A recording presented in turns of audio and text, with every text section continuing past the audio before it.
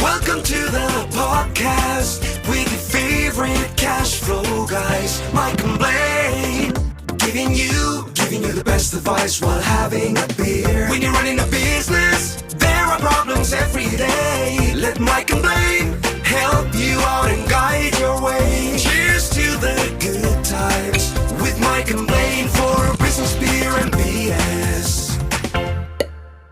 Hey, it's Mike and Blaine, episode 223. Oh, I'm not supposed to say that anymore. We're not saying numbers anymore for some reason. But can. That's fine. Yeah, I'm Mike Milan, also known as Cashflow Mike. That is my friend and my partner, Blaine Birch, the CEO of Dry Run, the best forecasting or cash flow forecasting program on the planet. What's up, man? Oh boy, ready to kick it off. We got a good topic today, and I think it's we were talking right before we hopped on. It's relevant to you, to me, and seems to be relevant to everybody. And it's a little bit of that AI fatigue and subscription fatigue, and how AI is sometimes square peg round hole into some of these softwares that we all use. Yeah, and what's funny is that, man, I'm running right into this thing. Just like I had so many things going on that this is going to be kind of the first time I haven't been able to think about whatever this is going to be. So who knows where this is going to go? We'll find out. It's always a mystery. Every time we do a show, it's always a mystery. But before we dive into the topic, we have some beer sponsors. And what beer are you drinking today? I found a new one. All right. So I found a new one. I got to remember who it is. Oh, it's Beer Zombies Brewing Company. Beer Zombies Brewing Company. And it was called Boomstick Bomb Ale or Blonde Ale. And it was just cool, right? It's just like, oh, cool. Yeah. So had some really cool stuff in it. Yeah. And it's just shit talking around the top. Yeah. All right. You primitive screwheads, listen up. See this. This is my boomstick. So it's just shit talking you as well, right? I love it's like a hipster zombie with a hops beard. If you're not watching on YouTube, it's a very cool can, really well designed. I'm always, of course, appreciate really terrific design and illustration. And that one's that one's a great one. I like that. Where are those guys located? Yeah, that's what I'm trying to figure out. I seriously, right before I got this, San Diego. San Diego. Okay. Cool. Yeah, they're out of San Diego. Good spot for beer. Yeah, that's a great spot. Today, I have got something from one of our local breweries. It is, see if I can get it to get clear. Come on, camera. It's, well, okay, look at a blurry can. It's a Wren House 42 buckets Czech pale lager. But Wren House is a terrific brewery in downtown Phoenix. And I've had a lot of their beer, and I just I've liked it all. It's just really some nice beer those guys make. You know, I knew them. I almost confused them with Martin House up near Dallas. Mm-hmm. Yeah, very cool. Very cool. Martin, Wren, Finch, Blue Jay. It's probably all kinds. Hey, speaking of with that, I mean, I guess you ever know the thing about golf, right? Where they call it a birdie, it's either par or that it's birdie. I guess birdie or an eagle, yeah. Well, I guess when golf was invented, birdie was like a cool thing, like going, oh, that's a birdie. So birdie was just like a slang term for something cool. So that's where it started. Okay. But then they go, oh, wait a second. What happens if you get not just one under par, but you get two under par? Then it becomes eagle, because if birdie is cool, then a bigger bird has to be cooler. Right? To be even cooler. Okay. Yeah. Then it becomes albatross, right? Oh, yeah. After that, most people stop there. They don't know that there's two more after that. So think about that. Birdie is one under par. Yeah. Eagle is two under par. So if you're supposed to get five, right? We'll say par is 5. If you get it in 3, well, that's an eagle, right? Yep. What you don't know is there's 2 more beyond that. Okay, I did not know that. So if you get, has anyone ever got them? Well, yeah, apparently, because I think there's only been 6 of either these or something else, right? So in the whole history of golf recorded. But so you got birdie at 1 under, You've got eagle at 2 under. You've got albatross at 3 under, right? So think about that. Okay. It's supposed to be a 5, you get it in 2. Then there's another one. Think about like a hole in 5 or hole in 1, I guess, on a Par 5. par 5, right? Or 2 shots on a par 6. And people say there's no par 6s. Trust me, there's a few of them out there. There's a few holes at a par 6, and it's called a condor. Condor. Okay, condor. So the birds keep getting bigger, right? The birds keep getting big. Oh, wait a second. Condor. Oh, there's another one. If you get a hole in 1 on a par 6, it's called an ostrich. I was just guessing because I'm like, it's got to be a big bird because they're going to run out of birds otherwise. Okay, I had no idea. Yeah. Look at all the stuff that you learn listening to our show. You are going to be the king of the water cooler tomorrow because you're going to know something not only dumb, but pretty cool at the same time. One of these days, you'll be sitting at trivia night at the brewery and you'll know it's a condor and an ostrich and you're going to win the night. And it'll be courtesy of, Mike on Mike and Blaine, because I had no idea. But that's some good ass trivia right there. Most people stop at albatross. They don't go to condor and they don't go to ostrich. I even forgot till you mentioned it that there was an albatross. I might have thought of it if you asked, but I think I don't even know if I would have remembered that. That's interesting. Hey, interesting. Speaking of people that know dumb things, how about Devin over at LSU? One of our valued beer sponsors. Devin, I got to tell you, he is not only a Netflix superstar, right? Known as the best LSU fan on the planet, but he's also like an assistant guest coach on the LSU basketball team because he can sit there on the court. I guess one time or whatever. He got chosen, I didn't. So, but there it is. This guy is embedded himself into LSU culture more than anybody I've ever met in my whole life. That's amazing. And he supports our show. And actually he's in a show he's been a sponsor for, forever. Actually, it's really quite amazing. Neighbor Pat, we always got to thank your neighbor Pat because he's always bringing beer down. He supports the show. Thanks again, Pat. If you're listening, we'd love to hear from you on chat. Well, any of you guys out there, but Pat's always on chat with some comments as well. So we really appreciate that. So thanks again, Pat. Yeah, and then we got Karen up in Michigan, 3S Smart Consulting. She is an Amazon bestseller. If you haven't got her book yet, go to Amazon, search for Stop Growing Broke, Start Growing Profits. Right. So hey, Karen Hairston out of 3S Smart Consulting in Michigan. Go get her, go get her knowledge, put it in your brain. First thing, just go to LinkedIn and look her up. I mean, I'm telling you, she has gold that she gives out for free every single week. So just go get the free stuff and you'll want to be part of her community. I'm telling you, go check her out. And if you guys want to be one of our valued beer sponsors, we always start with just a few in the year and it starts to build up over the year. You guys can be one of them. It is the best value in sponsorship you'll see on the planet. You just go to mikeandblaine.com, buy us a beer, $5 a beer. We will mention you for $5, 1 beer per episode. We will mention you. We have a lot of sponsors will buy for the entire year, already have bought for the entire year. We will mention you every single week.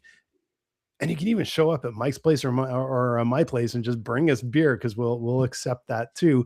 But also, please like, subscribe, follow, and tell your friends. Hey, no shit. There I was. I got an email today from another podcast. I had to look it up. I mean, the email is not very well written, so I'm not going to call it out. Yeah. Offering a podcast sponsorship for $15 for 6 episodes. I'm like, shit, now we're on the high end of the scale. We're premium.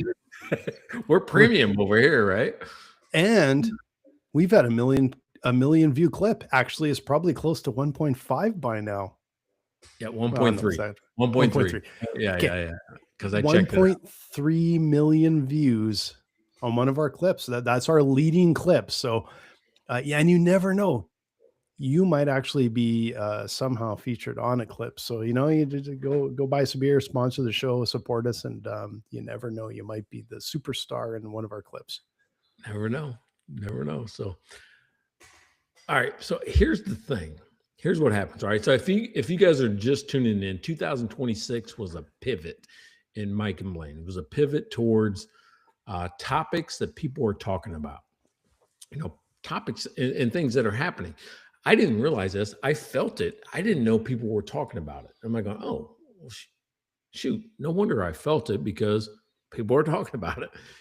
But it's AI fatigue and subscription fatigue. All right. So I kind of combined them into this episode, thinking it'd be cool to just talk about, what that is. And here's how it kind of started. Is, for me, I'm like going, man, I just don't want to subscribe to something else, and then that's where it kind of started. I'm getting tired of all of these subscriptions that you got to manage. There's even subscriptions to manage subscriptions. I mean, think about it that way. That's really weird, right? Like going, hey, we'll manage your subscriptions for you and tell you when you have duplicates, right? You see them on, on TV all the time. Well, what I was thinking was, I had a few cancellations, and it wasn't the cancellations that bothered me on the subscriptions, because people do that. It was a comment that somebody made today. They say, hey, I've been a member of your community for a year and I haven't used it once, but didn't unsubscribe. Instead, decided to finally engage. What do you make of that? That's the weird thing. Like, when I paid for a year, didn't use it once, and it's my subscription is not like a $9 Netflix. Right? It's like, so what do you make of that? Yeah, it's a little bit of maybe motivation. I'm actually guilty of one right now that I have a subscription, and I haven't been using it in a while, and I renewed it, and it's just kind of nagging at me a bit. But it's actually it's a really good online guitar training portal, and it's kind of there's a bunch of lessons that are they're not starter. They're like a mid-level theory based ones, and I'm like, yeah, that's right. I want to go. I want to go a little bit further in that. And I did it for a while, and I just kind of went, you know what? When it asked for the renewal, I just said, yeah, it's up to me. I know, I need to do it. I know I need to be disciplined. Um, and it's that little bit of that nagging thing that I think will actually get me back started again, because I did use it for a while. It's a little bit of that motivation. I think that's one of the reasons that people will sometimes hang around, because they know it's good for them. Like your subscription, they know they should be doing it. They should be getting value out of it. They know value's there. It's a little bit maybe a motivation for them to go, no, this year is going to be different. I'm actually going to do that. Yeah, I think so. I mean, but when I think of subscription fatigue, I mean, let's kind of start there, right? It feels like every time I go to want to do something, I have to subscribe. And then I got to make a choice of what subscription do I want? And then what do I need from, is it a monthly? Is it a yearly? There seems to be the fatigue to me is the choice. Right? Because at some point in time, I just want people to go, you need this, do that. That's it. Yeah. But it seems like we're always like trying to fit the exact model of everybody. And I don't know that everybody can fit into every model. No, and I think what gets draining is it's sort of in every corner of life. So, of course, we have a ton of software subscriptions for our business, and we're running our business with them. And I'm the vast majority of them I value highly. We use them every day. We use them all the time. Even if we don't use them as frequently, they are really important. But when it starts creeping into every single corner, so every time I turn on the TV and I have to go to one of our streaming platforms, and every single one of them is a different subscription, and I've got caught before not canceling one before I head across the border, heading back up to Canada. I got to cancel before I leave the US because some of them don't work up in Canada, and they don't even make it easy to cancel after you're out of country. Like it's like they just try and catch you on things, and you have to manage all these, and more businesses. I understand the reason they want to do a subscription model from a business perspective, but from a customer perspective, it starts to get a little old when every single person wants a subscription for you. You can barely buy something on Amazon with, well, do you want to sign up for getting your whatever, your chocolate every week? No. Like it's subscribed to everything, right? Yeah, that's funny you mentioned Amazon. We actually have dog food on subscription, and it's the best thing ever. It just shows up and I don't know how they did it. Probably by the frequency that we were buying it, Mm, it actually comes and shows up almost like the day or the 2 days before we run out. It's like nice. the Yeah. crazy that's the best subscription thing that I've ever had in my life is like dog food shows up at the door. I go in there, I'm like, "Oh, yeah, we were about out." Yeah. Yeah. And I Well, didn't no, have to think about it. I was gonna buy it it's anyway. true. Like the ones that we value, it's like I said for business, the ones we value and use all the time are just like they're so epically good. And then you get these ones that sneak in and kind of went, oh, I don't know, I had good intentions. I didn't watch that channel for the last year. And I had one that drove me nuts. Was I discovered this fall when I was going to sign up to stream the Oiler games, because we don't have cable. We stream everything, and realized I hadn't canceled after the end of last season. And so I had the subscription all summer, all fall, all the way through, paying for this bloody thing to not watch games. And including when I'm down in the States. I was down in the States all winter. Well, I was watching them on ESPN. So I had this subscription that I probably used for 2 months before I left Canada, and then paid for it hundreds of dollars for the rest of the year. And I'm still mad about that, right?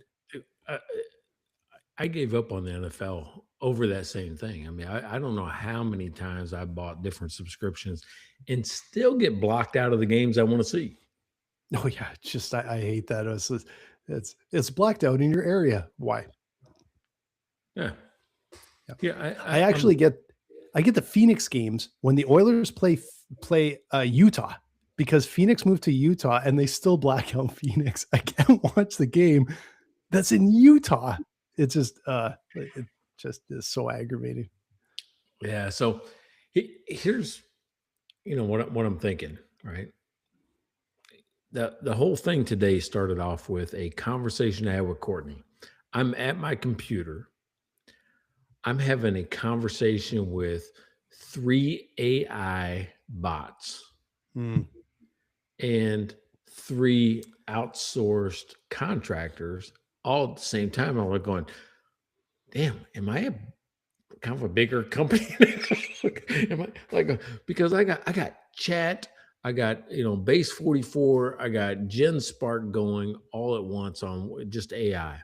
But then I Mhm. have the guy that's actually updating my website, my marketing guy, and another developer that checks on what base 44 does. He actually does the real development type work. I'm like Mm. going, and I pay for I think all of those I pay for.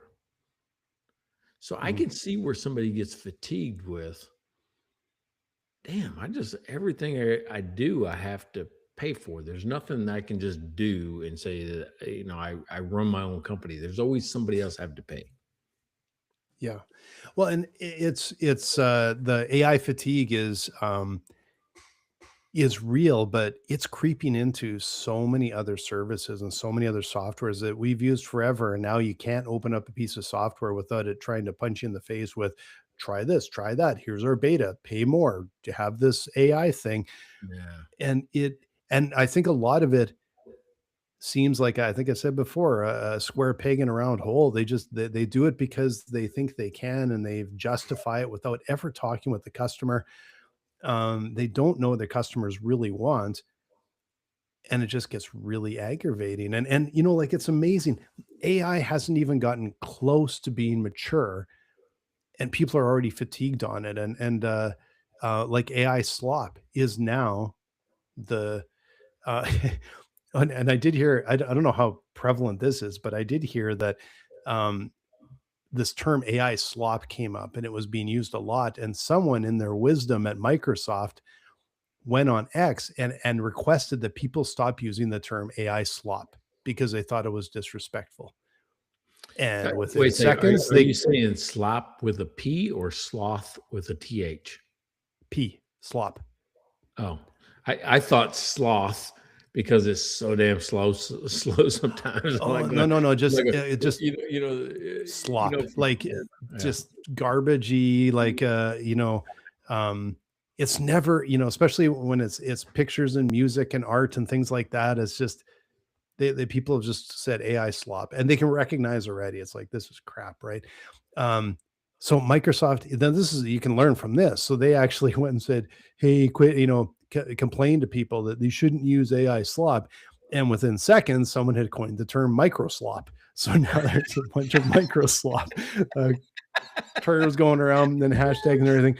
And I just thought, yeah, that is so fitting and so hilarious that someone got a little too big for their britches, and it just flipped on them so fast. And but people are tired of it. Instead of joining in and going, yeah, I agree, we should figure out how do we make this a better world and not just full of more and more crap. But you take the good with the bad, right? It's just how it's what the web did, and AI is in the same boat now. It's for everything good is there's a flip side of garbage, right? Dude, that is so. I think it's so cool. It's true, right? That's what makes it cool. But the very fact that most of the things that I get back, well, let me frame it this way before I say that. AI is not going to replace me ever, at least in my lifetime. Never. Never going to Mhm. replace me. It doesn't do anything for me. It just gives me something to think about. That's it. I think that's Yeah. all. Maybe that's all it's supposed to do. It doesn't do the work. It gives me something to think about, right? Uh, and if the less specific I am, the worse they are, meaning AI. Yeah. I So like, to me, I feel like what AI does there, and I use it uh sometimes.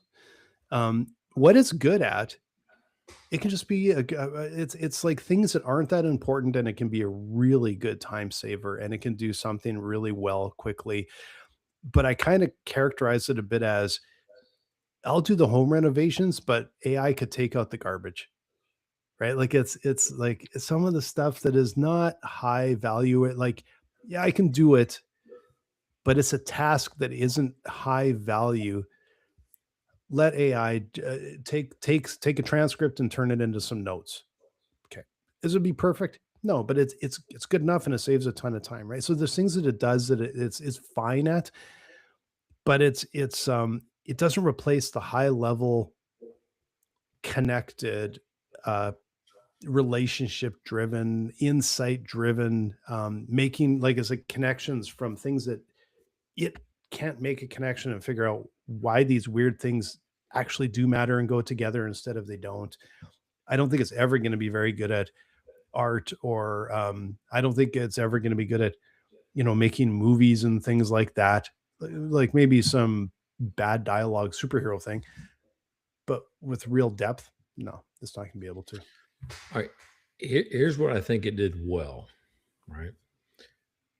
This year, 2026, we have a new campaign called Almost Helpful. And I just put in my thoughts about my competitors, about, what I thought that they were good at and where I thought they were short. I thought it stopped short from answering this question. It stopped short from showing this whatever. So it came up. I didn't come up with almost helpful. It came up with almost helpful, like going, hey, it almost gets you there, right? I mean, this new dashboard you thought was going to save the world and do everything for you in front of your client, it got you all the way to the point where the client asked a question. Yeah. That's all it did. And then it was almost helpful because the answer wasn't there, right? It was only, preparing for what you presented to it. Yeah. I'm like going, damn, that's really good because that's the way I felt about coaching programs. I felt that way about software. I felt that way about uh, you name it. Almost helpful was the perfect way to describe what I was trying to do was Mhm. avoid that, avoid that feeling, that awkwardness where, I'm talking to Blaine and you ask me a question, I go, Yeah. I'm gonna have to get back to you on that. But there, you see that awkward pause? That's what I was trying to avoid was that awkward pause and everything I was doing in the app. And AI helped me frame that in a way that made sense. Now I'm redoing my website. I'm redoing the way I sell the product. I mean, I'm redoing the whole thing based on Mhm. that point where if you've ever had that feeling, yeah, I'm here to Yeah. avoid that. I didn't come up with that.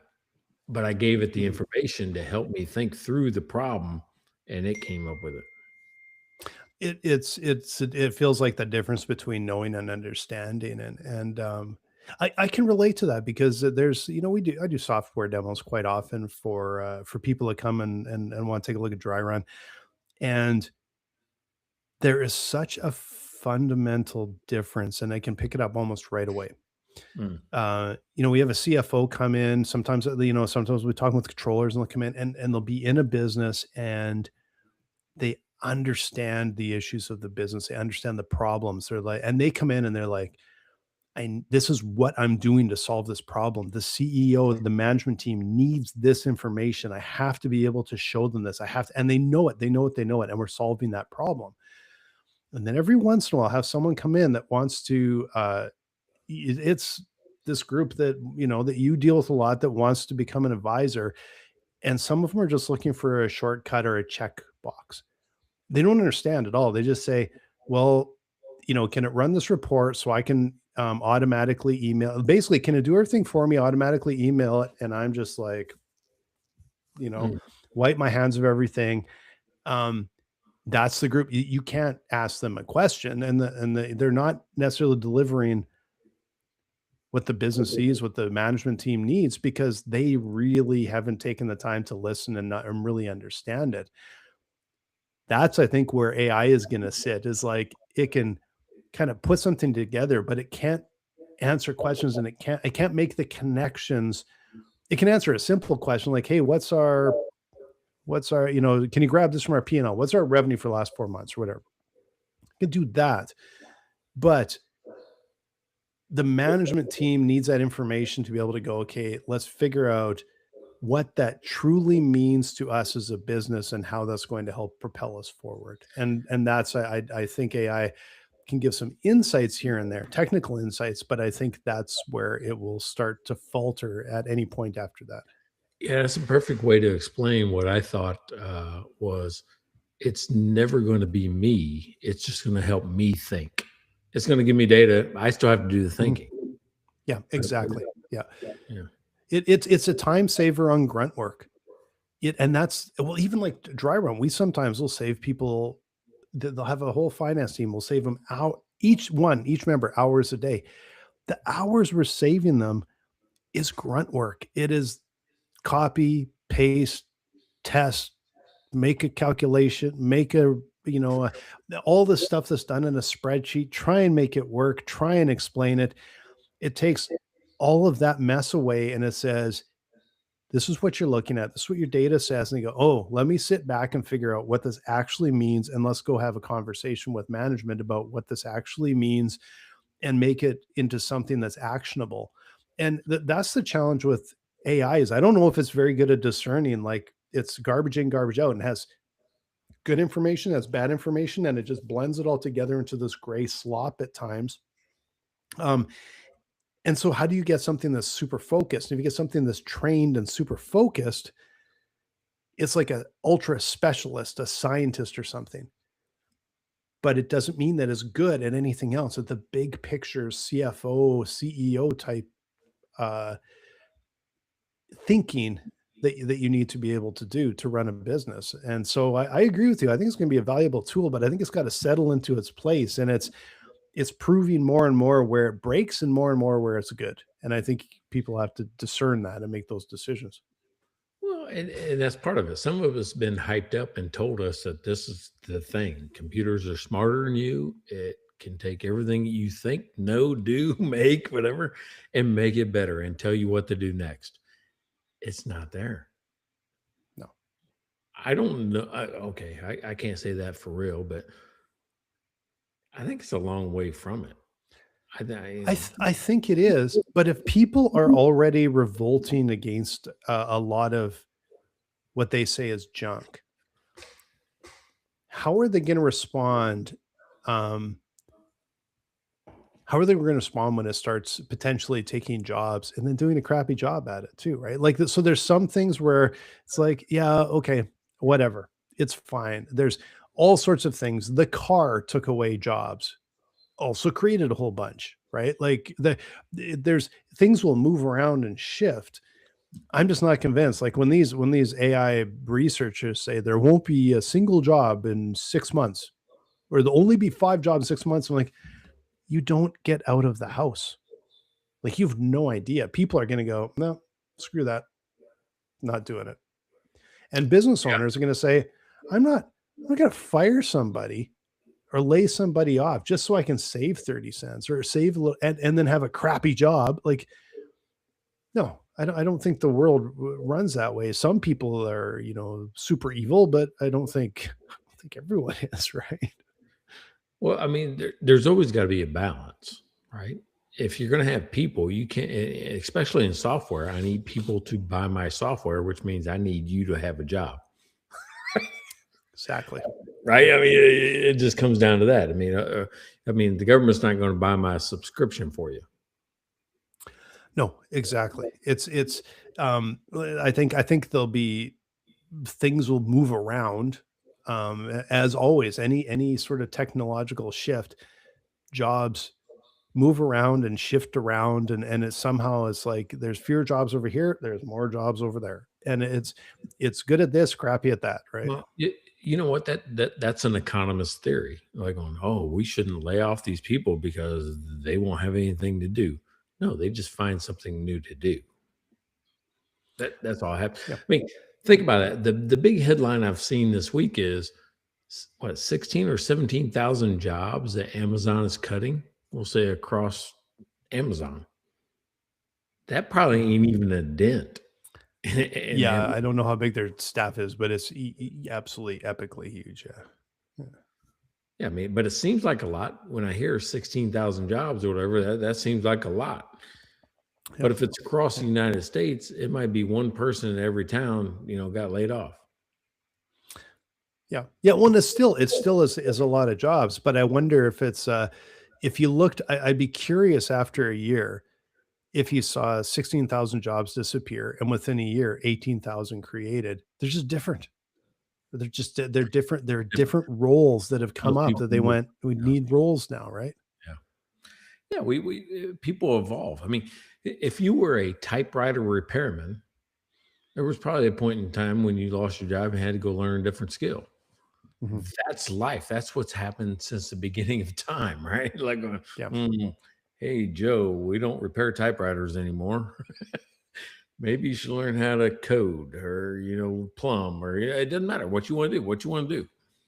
Right. Yeah. So, yeah, this whole idea of no one will work ever again. Well, first of all, I think that would lead to anarchy. People have to have a purpose to get up in the morning, right? But the idea that all jobs will just disappear, just to me seems like it's just everything changes, but I don't think it's quite like that, and I don't think there's a value to that, which means people will say, no, we're not doing that. All right. So early on, you mentioned TV, and we went hockey and NFL in it, and I changed the subject for an unknown reason. I should have, because I'm pissed off at it too. I thought the a la carte subscription method would be awesome. I only Yeah. get to pick the channels that I want and buy those. If I only need 10 channels, because that's probably all I watch anyway, if that, Mhm. let me just buy those.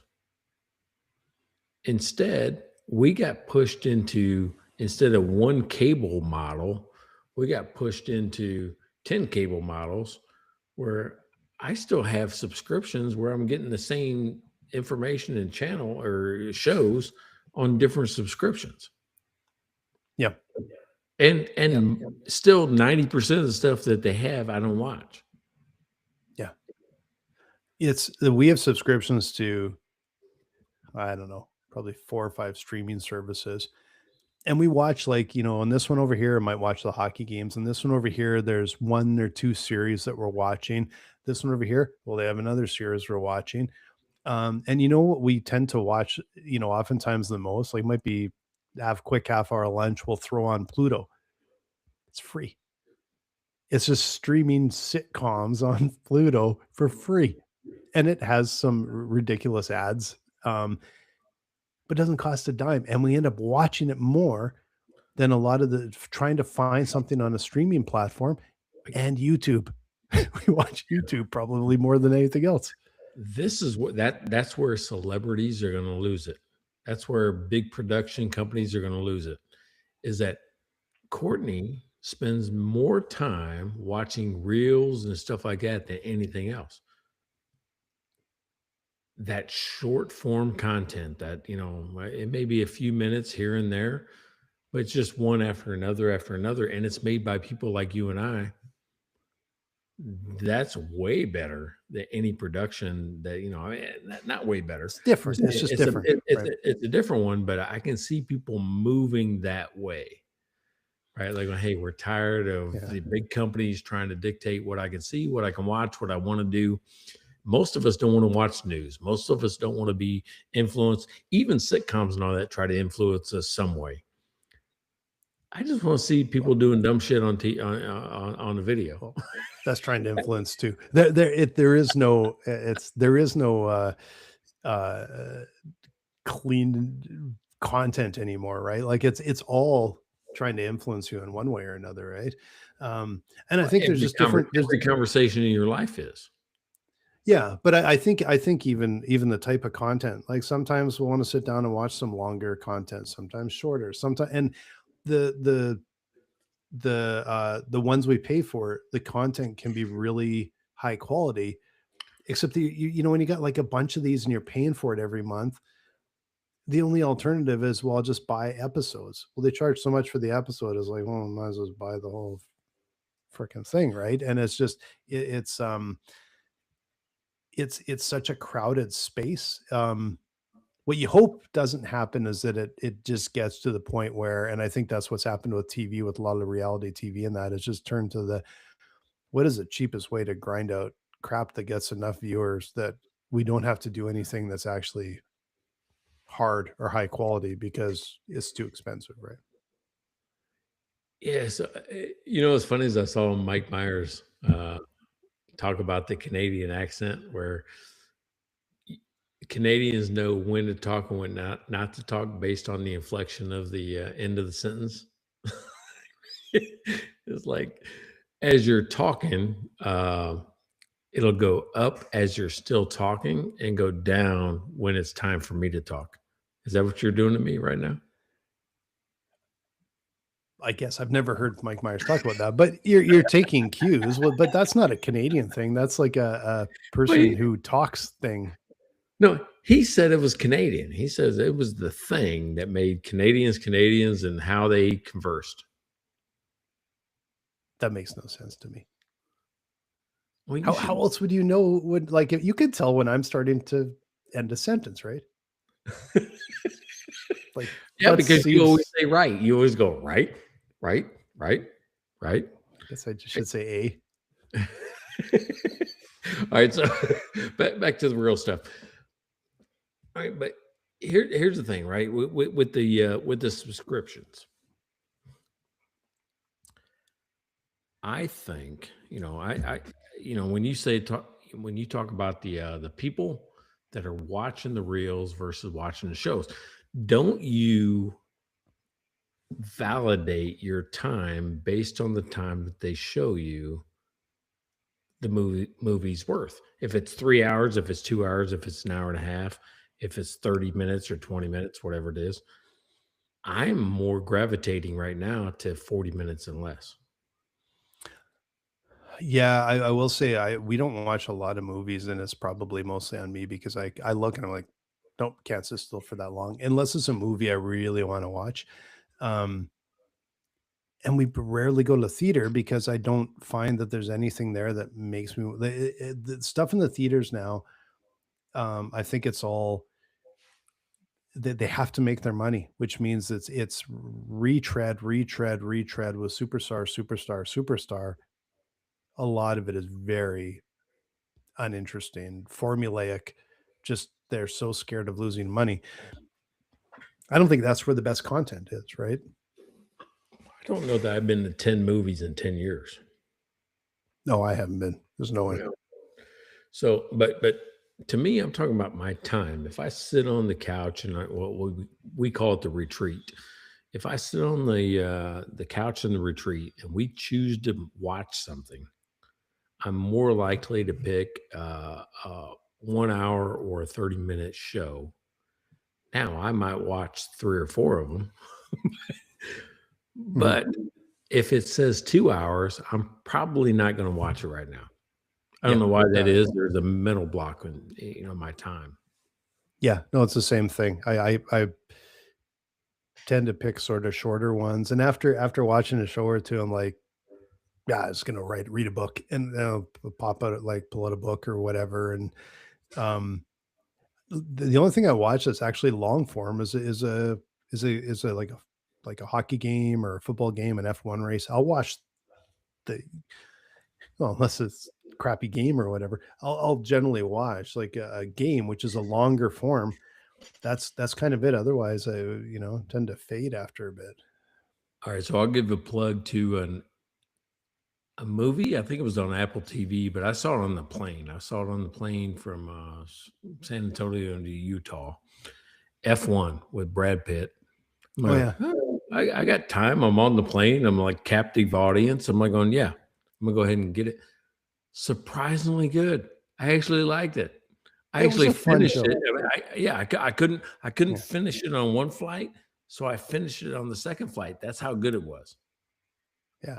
It's an entertaining show. I guess we should have gone and saw that in the theater, but the problem with sports shows, especially when it's a sport you watch all the time, um, you know how kind of fake it is, and how it's just, Yeah. you know, um, and I'm like, oh, I don't know if I'm really going to enjoy that. And so we watched it on Apple TV one night, and it was really entertaining. It was really quite fun, but you kind of knew what was going to happen the whole time. You could see the story arc from about 1,000 miles away.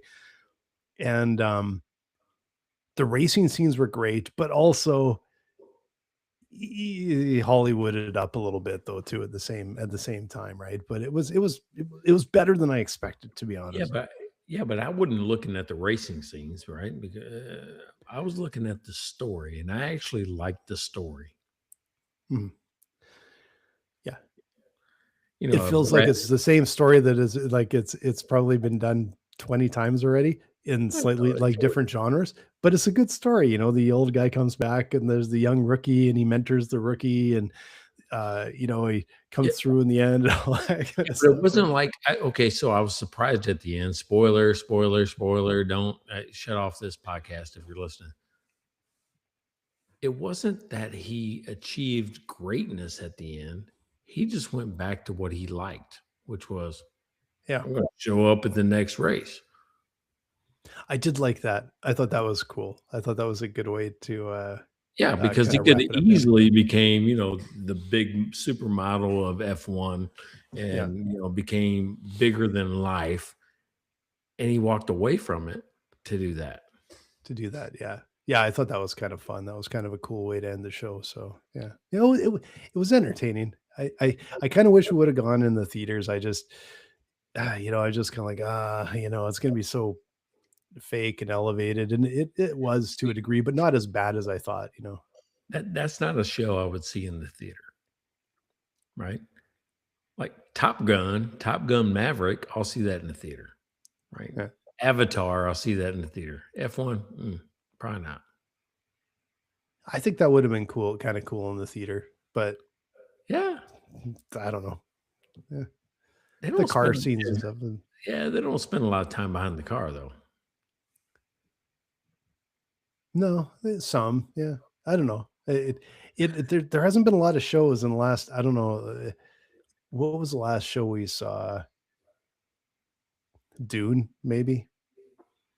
Been maybe a re-release of one of the Star Wars we went to. Like they're just, I can't even really think. Dune was great. I think there's a Dune 3 is coming out at some point. We'll go to the theater for that. That was kind of a cool show. But generally, I don't even know what's in the theaters because there never seems to be anything worth going to. And it seems like a lot of the best content is actually on streaming, but it's like one per platform. Yeah. You know. So what was that big Star Wars that came out like 2018, 19, 17, somewhere there? It was the big, not remake, but it was the next evolution of it. And I went because it had been so long and they were finally finishing the story. And I'm like, man, I'm going to go. I'm going to stand in line. I'm going to buy a ticket and I'm going to the theater. I'm not doing it at Netflix. I'm going. Yeah. But it's got to be something that epic for me. I mean, the theater experience for me has got to be I'm in it. It's not every show, it's some shows. It's the show. I think it's got to be a really good big show like that. But I also want to go in the theater I want a big theater with a big screen.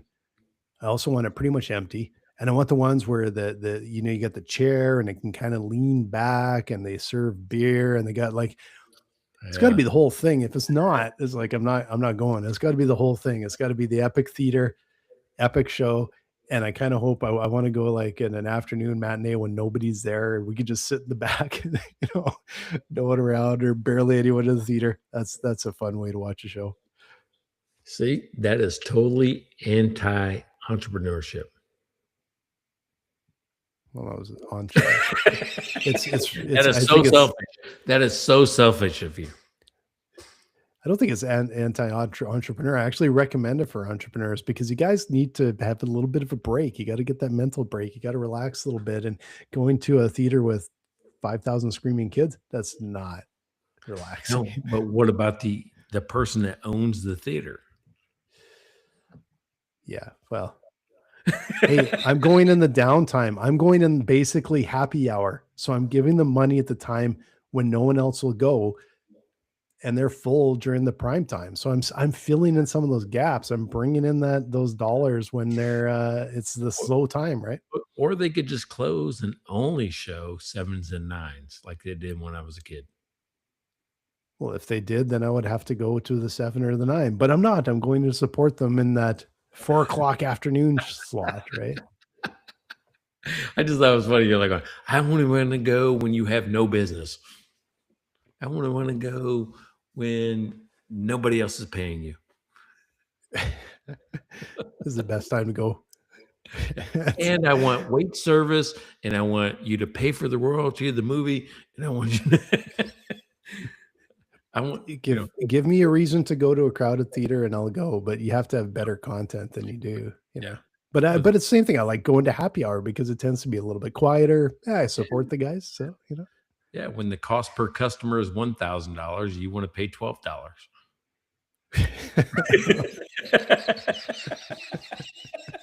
I get it. Hey, we all want that. We all want that. Yeah, well, that's you learn from your customers, right? I'd say that all the time. You learn from your customers. You can't force your customers to do something they don't want to do. You gotta give them a reason. You gotta offer value. All right. So, what makes you want to give up on a subscription? When you said I had it, I'm done. Oh, so it's a lot of times it's just I'm simply not using it. It's no longer useful, or I purchased it for a stupid reason to start with. But generally, it's that I'm paying for something I'm not using, I don't really like doing that, except for, like I said, the odd time where I know I will use it. I should be using it. Maybe that's a little bit different, but or when the quality drops, I find that like the streaming services.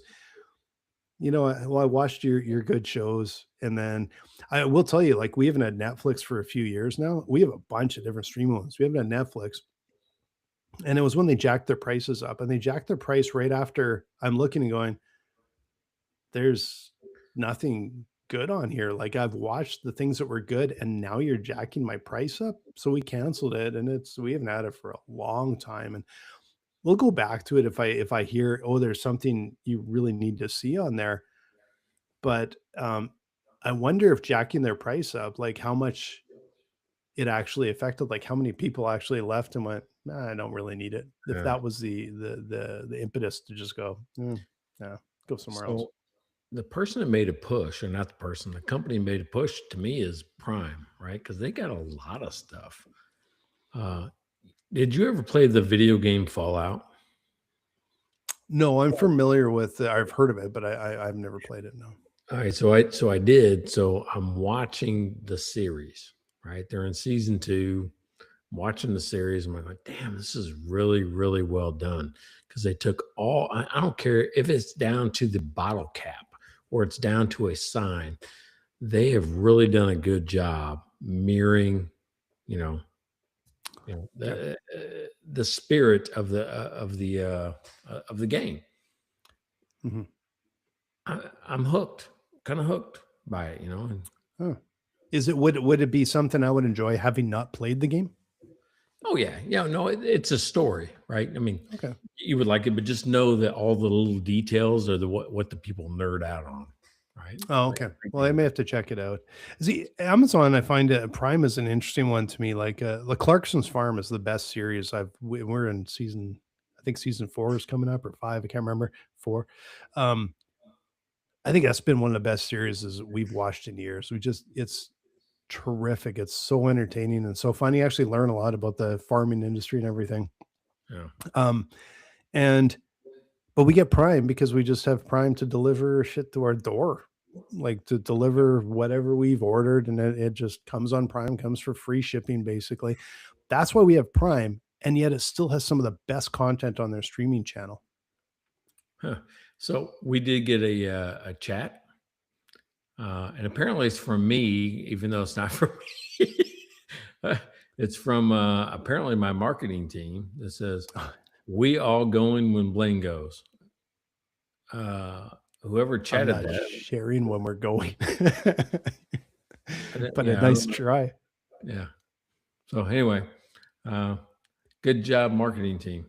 I thought you wrote that, and I thought, oh, you're No, dude. Yeah. well, No, I would just say it. I'm actually live with you right now. I don't have to type. That's why I thought it was a little strange, to be honest. But I'm like, Why would okay. why would I? Yeah, because it's a comment from me on my account. So I'm going to assume it's either one of two things. I've been hacked, or it's Jeff from the marketing team. Yeah. If you have been hacked, it's someone that's actually listening to the show. So fine. Thanks for listening. So, Yeah. so you're actually paying attention to it. So that's good. Now, Jeff, all right. So if it's Jeff, I'm going to give him props right now. The 1.3 million view clip that we have, Jeff did that. That's true. Thank you, Jeff. He found that thing. So if that's him, that it's all him. Yep. So now we need a clip that's going to break through 2 million this year. That's our goal, I think. Yeah, it's really hard standard you set for yourself, Jeff, because if you don't do it, we'll have to find somebody else who can. we're gonna have AI do it. That's right. AI can do it for sure. For sure. Yeah. Because AI knows everything. So yeah. Final thought. Are you tired of subscriptions? Are you tired of AI? How about that? I think subscriptions, like I said, there's some I value so much, and if I feel like I'm getting value from them, I so appreciate them. I have, and it's just frustrating when I find I've been paying for one that I haven't used in a year. Like, that bugs me, but that's more on me, I suppose.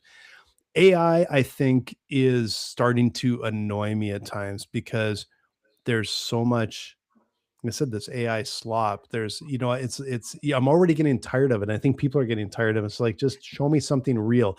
There are places where it makes sense, like the morning sports show, Edmonton Sports Talk. If you guys are in Edmonton, watch Edmonton Sports Talk, or anywhere, edmontonsportstalk.com. Guys are hilarious. They're really entertaining. And they have AI make silly songs up quite often, and it's usually to make fun of someone, like that's one their co-host or something, and they'll pull it and they'll make a song. And then some of them are like, one of them was Hot Tub Peekaboo came out the other day, which was a quite hilarious song, right? Like it's really funny. The name of it made me laugh. Yeah. Yeah, like you can kind of guess what it's about. So it was really funny. But you can't have that stuff professionally produced. It's a joke. It's like a knock knock joke, right? So they can have a really funny song or a sports song or whatever. And they admit this is like AI slop, but it's funny and it's fun. Okay, that's a good use of it. But when it's like I said, instead of doing the renovations, it's let it take out the garbage. Do the little things, do the fun little thing, do those little things. It's good at that. Let it do that, and people are okay with that. But don't try and get it to do the renovations, because it's not going to be great. Good way to put it. So, hey, this is 223. We are in the books, man. This is another one in there. You still like the new format? What do you think? I'm enjoying it. I think we've had some really fun episodes this year, and I'm looking forward to all the ones coming up. Forgot to tell you. There was an article that came out this week about a 2005 encounter at Guantanamo Bay in Cuba about U.S. Army soldiers encountering Bigfoot. Go look it up. Go look it up. That's a previous episode. If you haven't seen our Bigfoot episode, this one attaches onto it. I forgot to tell you that. That is very interesting. I wonder if they got into the rum or something down there too, but you never know. I'm very curious. Maybe it's just a really, really hairy guy with wearing Speedo or something. It was an 8-foot tall, hairy guy. Back was to him, and like they're at a mount training site. Their compasses wouldn't work, and they kept getting routed in a weird way, like a circle. Yeah. And then when they came upon this thing, I didn't finish the article, but there's an article out there right now. It came out like this week. Something tells me the article wasn't in the New York Times. Go look for it. Was it in Mad Magazine? Okay, I'm curious now. I'll go look. Yeah, go look. Number 223 is in the books. Hey, if you like this, if you want to hear us talk about more topical things, go check us out, subscribe, like, tell 3 friends. Go and subscribe. That's all you gotta do. Or buy us a beer. Buy us a beer. Buy us a beer, and we will mention you on the show. $5 an episode. Go to mikeandblaine.com. Yeah, you will be live on the internet for $5. Forever. Or for a while anyway. Until the internet collapses. Exactly. Until AI takes it over and there are no more podcasts. There you go. All right. Thanks, man. We'll see you guys next week. See you now.